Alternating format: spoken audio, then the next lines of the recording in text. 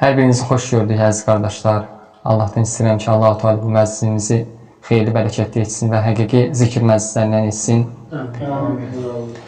Təbii ki, hər birimiz bu həyatda imtahan dünyasındayıq və hər birimizin əvvəli olduğu kimi sonluğu da var. Və hər bir Adəm övladı da ölümü dadacaqdır. Yəni, bu danılmaz bir faktdır. Bu elə bir faktdır ki, onu həm inananlar, həm də inanmayanlar təsdiq edir. Və bu da ölümdür. Və mövzumuz da məhz bunun ətrafında olacaq ki, yaşadığımız dünyada biz sonluğumuzu necə gözəlləşdirə bilərik?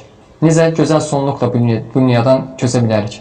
Çünki Allah Rəsulü sallallahu aleyhi ve sellem buyurur ki, İnnəməl əməl bil-xavatim. Həqiqətən əməllər sonluğa görədir.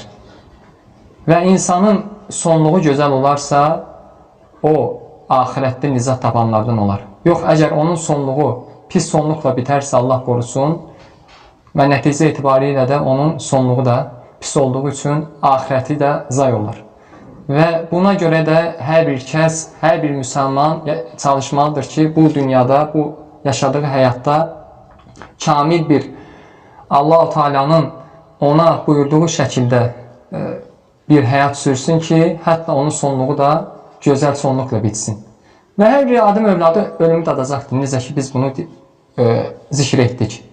Və bu barədə də Uca Allah Quran-ı Kərimdə bir çox yerdə buyurur ki, ölümün, yəni hər bir Adəm övladının ölümü dadması barəsində Kullu nəfsin zəiqatul mevt. Hər bir Adəm övladı ölümü dadacaqdır. Hər bir Adəm övladı, istər qoca, istər cavan, istər kasıb, istər varlı, istər kişi, istər qadın, hər bir kəs, insan və qeyri-insan, məxluqlardan hər bir kəs bu dünyada məxluqdursa, yəni məxluq sifətini, məxluq adını daşıyırsa, xaliq istisna olmaqla, o da uca Allahdır. Hər bir məxluq ölümə məhkumdur, yoxluğa məhkumdur. Və ələxüsusda insanlar. Çünki insanlar digər məxluqlardan, yəni fərqli olaraq onları hesab gözləyir qiyamət günü. Buna görə də yəni əsas insanlar bu şeyə diqqət etməlidir ki, onun sonluğu gözəl bitsin ki, nəticədə də yəni haqq hesab dünyasında da qurtulanlardan, nizat tapanlardan olsun.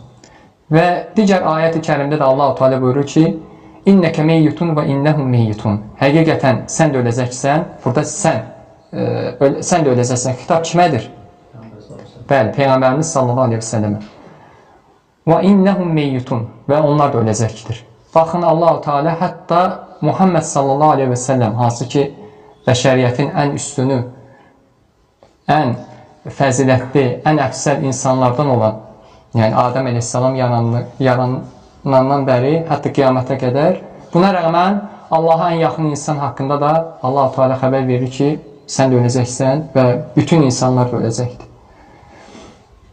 Və buna görə də hər bir kəs yəni əsas sonluğunu düşünməlidir və insanın gözəl sonluqla ölməsi üçün də səbəblər vardır. Səbəblər vardır. İnşallah biz onlarda bəzilərini zikr edəcəyik. Təbii ki, bu səbəblər çoxdur və ən əsas səbəblərdən biri də insanın tövhid əqidəsində olmasıdır. Yəni, tövhid əqidəsi dedikdə Allah-u Teala'nın əmrlərini yerinə yetirib, qadağalarından çəkinmək və bunun da başında Allaha ibadət edib, ona ibadətində heç bir şeyə şərik qoşmamaq. Və tövhid də budur. Allaha ibadət etmək və ibadətində heç bir şey ona ortaq şərik qoşmamaq. Çünki bu tövhid əqidəsi elə bir şeydir ki, insan tövhidi yerinə yetirməklə İslam dairəsində qalır. Və tövhiddən də Allah qorusun, onu pozan şeyləri də etməklə şirk və sair küfür İslam dairəsindən çıxır. Və insanın da ən başda nizat tapması üçün tövhid əqidəsini özündə ehtiva etməlidir və onu təhqiq etməlidir. Yəni, təhqiq dedikdə həyata keçirməlidir. Yəni, tövhidi öyrənməlidir və onu gərəkdirən şeyləri əməl etməlidir və tövhidi pozan və yaxud da ki, onu naqisləşdirən şeylərdən uzaq olmalıdır ki, hətta tövhidi onun salamat qalsın. Və bu mövzu böyükdür. Sadəcə olaraq, müxtəsər olaraq bəzilərini zikr edəcək. Və ikinci səbəb də Peyğəmbərimiz sallallahu aleyhi ve sellemin sünnəsinə müvafiq olmaq. Və bu da tövhiddən sonra gəlir. Çünki tövhid onun əksi şirk və küfürdür. Dedik ki, onu tərk edən, tövhidi tərk edən və yaxud da ki, onu pozan şey, əməl edən kəs İslam dairəsindən çıxır. Artıq onun İslamla əlaqəsi qopur. Lakin Peyğəmbərimiz sallallahu aleyhi və səlləmin sünnəsinə əməl etmək isə onun əksi bidətdir. Bidət edən kəs isə yəni İslam dairəsində qalır, lakin Allah Resulü sallallahu aleyhi və səlləmin sünnəsindən çıxmış olur. Və bidət də iki cürdür.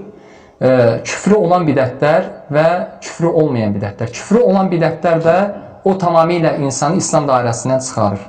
Lakin küfrü olmayan bidətlər isə insanı İslam dairəsində, yəni saxladığı kimi, buna rəğmən onu sünnə dairəsindən, yəni Allah Resulü sallallahu aleyhi və səlləmin yolundan azdırır ki, yəni hər ikisi də təhlükəlidir.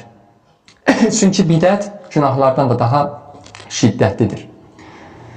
Və Allah Resulü sallallahu aleyhi və səlləmin də sünnəsinə uymaq insanın gözəl sonluqla bu dünyadan köçməsinə vəsilələrdəndir. Və həmçinin Allah-u Teala haqqında gözəl zəndə olmaq. Bu da mühümdür. Yəni insanın daim Rəbbi haqqında gözəl zəndə olması. Çünki pis zənn elədir ki, insanı bu həyatda onun ümidini kəsir. Yəni insanın pis zənnə qapılması nəticə etibarilə onun Allah haqqında pis zənnə düşməsi onun axirətini də zayidir. Yəni insan əgər Rəbbi haqqında pis zəndə olsa ki, desə ki, Rəbbi məni bağışlamayacaq, mənə rəhm etməyəcək və nəticə etibarilə onun ümidi artıq Allahın rəhmətindən kəsildikdən sonra o salih əməllərə tərəf getməyəcək və olduğu günahlar üzərində də davam edəcəkdir. Və bunun da bağlantısı salih əməllərlədir. Hansı ki, indi dördüncü səbəbi biz zikr edəcəyik. Yəni insanın Rəbbi haqqında gözəl zəndə olması onun salih əməllərə yönəlməsinə səbəbdir. Yəni onu bir növ gözəl zənn vasitəsilə insan salih əməllərə təşviq olunur. Düzdür, yəni insan heç də gözəl zəndə olmaq o demək deyil ki, mən günahlar üzərində davam edeyim, Rəbbim bağışlayandır, rəhm edəndir, yox.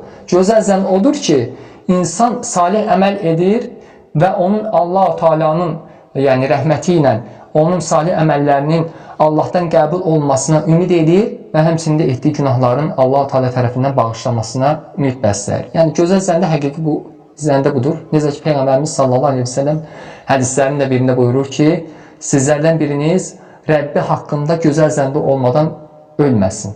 Hər birimiz yəni gözəl zəndə olmalıyıq Rəbbimiz haqqında ki, Rəbbimiz bağışlayandır, mərhəmətlidir. Bizim nə qədər günahlarımız çox olsa belə kəmiyyətindən və keyfiyyətindən asılı olmayaraq, hətta Allah-u Teala şirki belə bağışlayır. Əgər o şəxs tövbə edərsə, yəni Rəbbinə qayıdarsa, etdiyin zülmlərdən, günahlardan heç biri fərqi yoxdur. Madam ki, sən Rəbbin haqqında gözəl zəndə oldun, Rəbbinə tərəf addım atdın, Allah-u Teala'ya tövbə etdin, Rəbbinə qayıtdın və mütləq şəkildə Allah-u Teala sənin bu dəvətini qəbul edər və ona tərəf gəlməyini qəbul edib sənin tövbəni qəbul edər və sənin bütün tövbə etdikdən əvvəlki günahlarını da sənə bağışlayar. Bu da Allah-u Teala'nın qulları üzərində olan fəzilətindən, rəhmətindən irəli gəlir ki, bizim üzərimizə düşən Rəbbimiz haqqında gözəl zəndə olmağımızdır.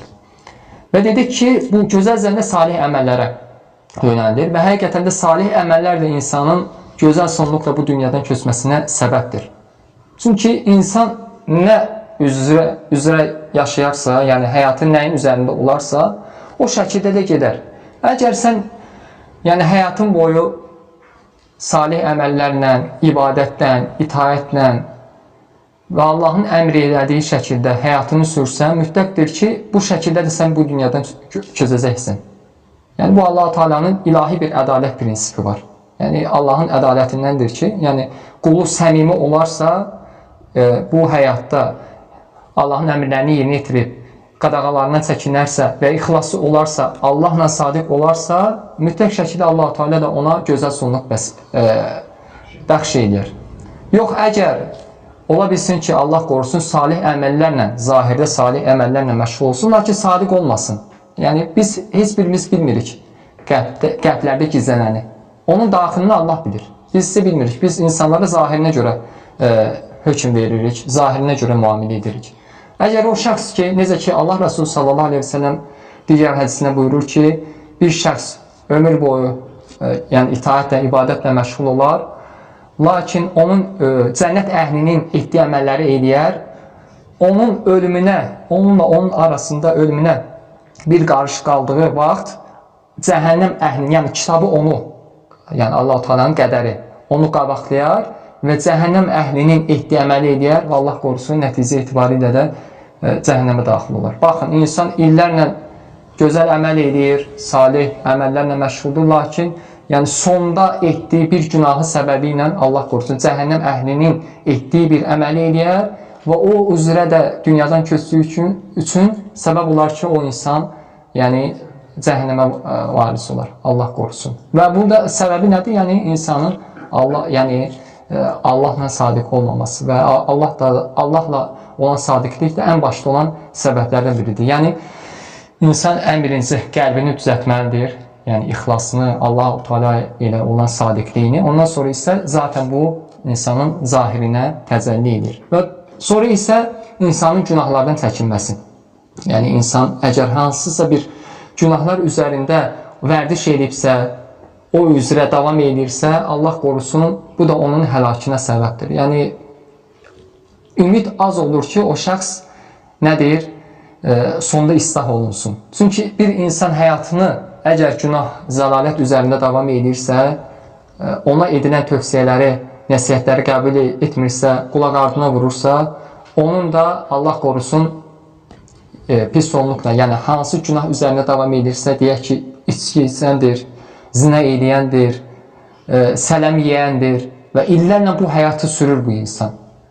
Allah qorusun, sonunda da əgər Allah-u Teala'nın rəhməti və fəziləti olmasa, yəni o tövbəyə müvəffəq olmasa, nəticə etibarilə o şəxsin həmin o günah üzərində də köçməsinə səbəb olur və məlumdur ki, yəni o halda da ölənin axirətdəki halı, Allah qorusun. Ona görə də mütləq şəkildə əgər insan ola bilsin ki, mömindir, müsəlmandır, lakin Allah qorusun, yəni bizə bəlli olmayan günahlarla məşğuldur, vərdiş eləyib, zinə eləyir, içki içir və s. Yəni biz bilmirik. Yəni insan onu öz nəfsini daha yaxşı bilir Allah-u Teala'dan sonra. Hansısa bir, yəni gizlində etdiyi bir əməli varsa, mütləq şəkildə o əməlindən tez bir zamanda tövbə etməlidir ki, hətta o əməl üzərində dünyadan köçməsin. Çünki biz bilmirik bizə ölüm nə zaman gələcək. Yəni bir göz qırpımında belə bizə ölüm gələ bilər. Yəni bugün biz oturmuşuq, söhbət edirik, zikir məclisində əyləşmişik. Biz bilmirik ki, bu an və yaxud da ki, bu məclisdən çıxdıqdan sonra başımıza nə gələcək. Heç kəs zəmanət vermir. Heç kəs bilmir başına nə gələcək. Öləcəkmi, sağ qalacaqmı, nə qədər yaşayacaq. Onu yalnız bilən Allahdır. Allah-u Teala da bunu gizli saxlayıb heç bir kəsə, hətta öz peyğəmbərlərinə belə bunu xəbər verməmişdir. Ona görə də insan hər an bunu düşünməlidir ki, tez mən bu əməlimdən, bu pis vərdişimdən, günahımdan dönməliyəm ki, Allah-u Teala məni bu hal üzərində öldürməsin. Bu hal üzərində canımı almasın. Və buna da misallar var. Bu həqiqətən baş vermiş bir təsirli bir qissədir. Bu yaxın zamanlarda baş vermiş bir hadisədir. Şeyxlərdən biri deyir ki, bu yəni İslam ölkələrindən birində baş verib, gənclər arasında. Deyir ki, gənclərdən biri bir dəfə bir toplum gənc gəldilər, mənə dedilər ki, ağlayaraq, bəs bizim bir dostumuz dünyadan köçübdür. Yəni müsəlman bir gənclər. Və bu hadisəni başdan ayağa danışırlar. Deyir ki, ey şeyx, biz cahil həyatı sürürdük. Yəni baxmayaraq ki, müsəlman idik, lakin cahil həyatı sürürdük və əylənirdik və s. Və deyir, biz pornoqrafik şeylərə meyilli idik. Bilirsinizsə, pornoqrafiya dedikdə günümüzün bəlalarından biri. Allah-u Teala hər bir gənclərimizi bu şeylərdən qorusun.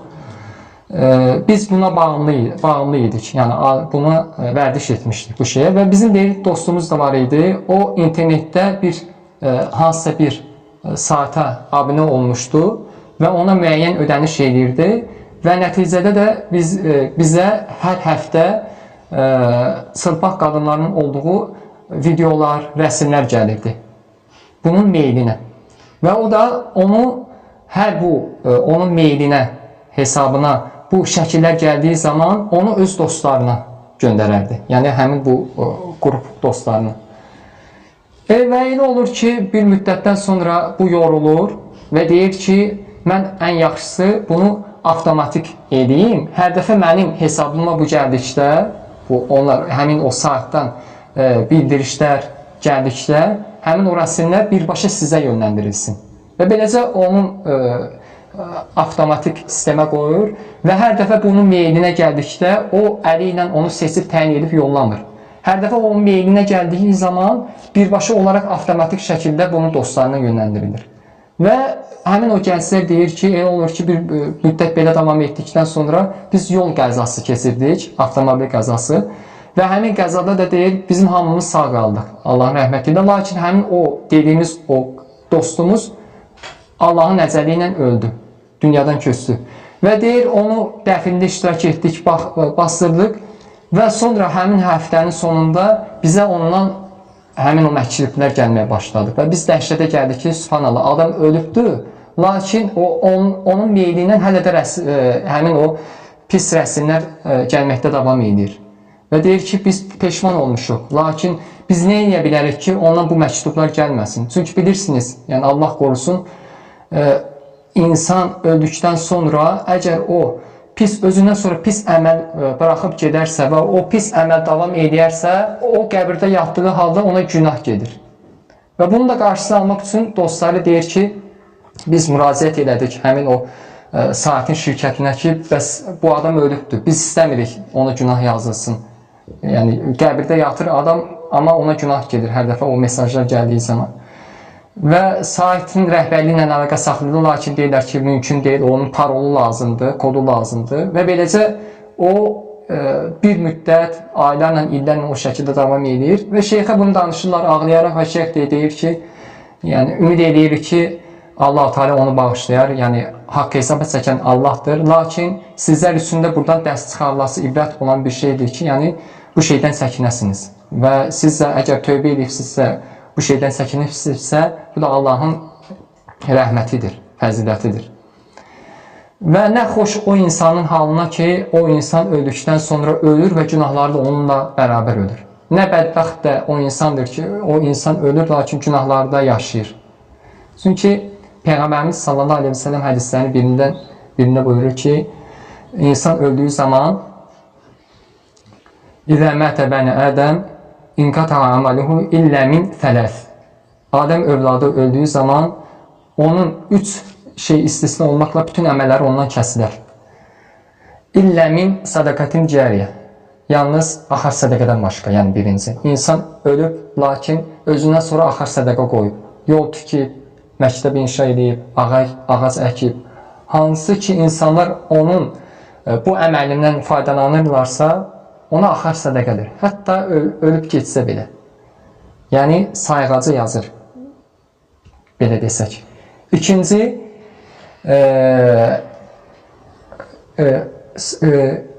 isə birinci dedi ki, sədəqatül cəriyə. İkincisi isə salih övlad. Vələdin salihin, vələdun salihun yəd'uləhu. Salih övlad hansı ki, onun üçün dua edir. Yəni, ölüb gedib, lakin özündən sonra salih övlad qoyubdur. Hər dəfə salih övladı onun üçün dua etdiyi zaman Allah-u Teala onun savab tərəzisini yazır. Və üçüncüsü isə nədir? İlmun nəfiun, faydalı elm, o elm ki, insanlar onunla faydalanırlar. Özündən sonra dərs buraxıb, kitab yazıb və s. Və insanlar hər dəfə o faydalı elmdən faydalandığı zaman həmin o şəxsi nədir? Qəbirdə yatan şəxsə savab gedir. Və buna görə də bunun əksi də əks. Əgər salih əməl necə ki, qəbirdə yəni insana yazılırsa, eyni zamanda da etdiyi, özündən sonra qoyub getdiyi pis bir əməl, bidət olsun və s. ona yazılır. Allah qorusun. Ta ki, o əməl kəsinincəyə qədər və yaxud da ki, davam edirsə, nədir, qiyamətə qədər Allah qorusun, ona həmin o günahdan pay vardır. Necə ki, digər hədisdə də Peyğəmbərimiz sallallahu aleyhi ve sellem buyurur ki, mən dəllə alə xeyr kəfəilihi. Kim xeyir bir əmələ vəsilə olarsa, yönləndirərsə, irşad edərsə, o əməli etmiş kimi sayılır. Yəni, hər dəfə həmin şəxs o əməli etdiyi zaman sənin xəbərin yoxdur. Ola bilsin ki, sən yatağında yatırsan və s. Həmin o səbəb olduğun şəxs xeyr əmələ, o xeyr əməli etdiyi müddətcə sənin üçün savab yazılır. Və hətta ölüb geçsən belə, qəbrində olsan belə. Və əksi də əks. Sən bir şəxsi zəlalətə, günaha, bidətə yönləndirilmişsənsə və sənin səbəbinlə o bu şeyə düşübsə, o hər dəfə o əməli, pis əməli etdiyi müddətcə sənin üçün nədir? Günah vardır, hətta sən qəbrində olsan belə. Və buna görə də dedik ki, digər səbəblərdən, yəni sabit qalmağın və insanın sonluğunun gözəl olması üçün günahlardan uzaq durmaq lazımdır. Və səbəblər çoxdur, əziz qardaşlar, əziz müsəlmanlar, və sonda isə digər mühüm səbəblərdən biri də Allahdan sabitçilik istəmək. Daima Allaha yalvarmaq ki, ya Rabbim, məni öz dinin üzərində sabit et. Məni haqq yolundan azdırma. Və gündəlik olaraq, mütləq şəkildə gündəlik olaraq hər bir müsəlman bu duanı etməlidir. Necə ki, Allah Resulü sallallahu aleyhi ve sellem bu duanı çox eləyədir. Və zövcələri Allah Resulü sallallahu aleyhi ve sellemdən rivayət edir ki, Peyğəmbərimiz sallallahu aleyhi ve sellemin ən çox etdiyi dualardan biri də Allahumma ya muqallibəl qulub səbbit qalbə alə dinik. Ey qəlbləri çevirən Allahım, qəlbimi dinin üzərində sabit et. Allahumma ya musarrifəl qulub sarrif qalbə alə taatik. Ey qəlbləri yönləndirən, çevirən Allahım, qəlbimi itaətinə doğru yönət. Baxın, Allah Resulü sallallahu aleyhi ve sellemin ən çox etdiyi dua. Baxmayaraq ki, Allah Resulü Muhammed sallallahu aleyhi ve sellem ümmətin ən fəzilətlisi idi, Allahın dostu, xəlili idi, Allah Resulü idi. Və Allah-u Teala onun keçmiş və gələcək günahlarını bağışlamışdır. Buna rəğmən nədir? Allahdan sabitçilik istəyirdi. Əgər Allah Resulü sallallahu aleyhi ve sellem bunu eləyirsə, bizlərin o zaman bizim halımız necə? Biz daha layiqik ki, bu duanı daha çox eləyək. Yəni, daim namazlarımızda, xüsusən səcdələrdə, yəni bu duanı unutmayaq və bu duanı əzbərləyək. Hər bir müsəlman bu duanı əzbərləməlidir. Və ümumiyyətlə, mövzudan qırağa çıxsaq, digər dualar da var ki, o dualar da mütləq şəkildə hər bir müsəlman tərəfindən gündəlik olaraq edilməlidir ki, onlardan da biri fayda olaraq bunu da zikr eləyək. Allahumma Rabbənə ətinə fid dünya həsənə və fil əxirətə həsənə və qina azəbənlər. Bu da məşhur dualardandır, hansı ki, Quran-ı Kərimdə keçir.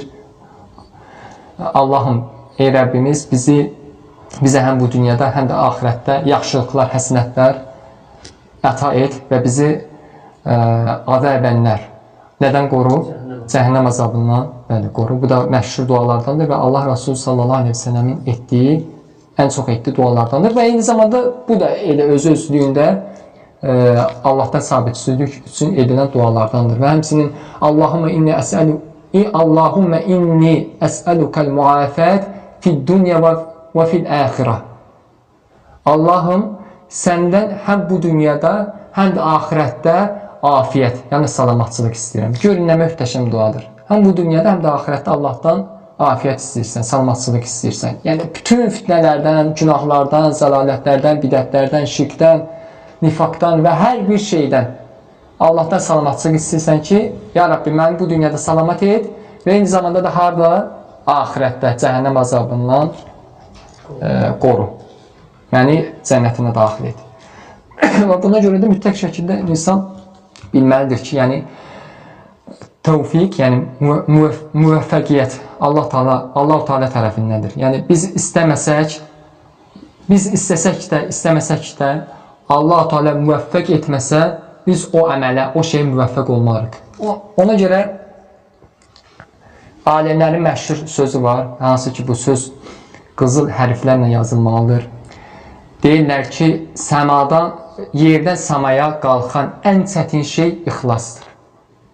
Səmalardan yerə nazil olan ən çətin şey, ağır şey isə müvəffəqiyyətdir.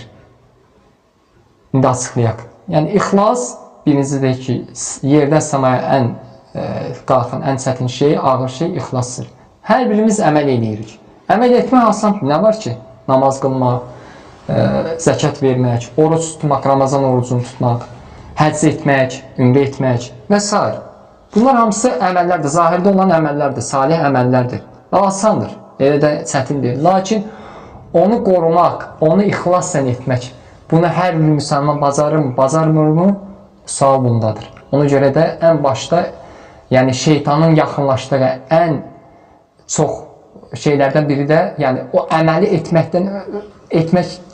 etdikdən sonra və yaxud da ki, edərkən onun niyyətini dəyişmək, ona riya daxil etmək, ona ucub özünü bəyənmək daxil etmək, ona göstəriş daxil etmək, süm'a eşitdirmək kiməsə. Bu şeylərlə ya o əməli naqisləşdirmək və yaxud da ki, kökündən o əməli pozmaq, məhv etmək ki, hətta yəni o əməli Allaha tərəf qalxması, o salih əməli. Və dedik ki, ikinci də müvəffəqiyyət də, yəni səmadan yerə enən ən ağır şeydir və dedik ki, biz istəsək də, istəməsək də Allah müvəffəq etməsə, heç birimiz nədir?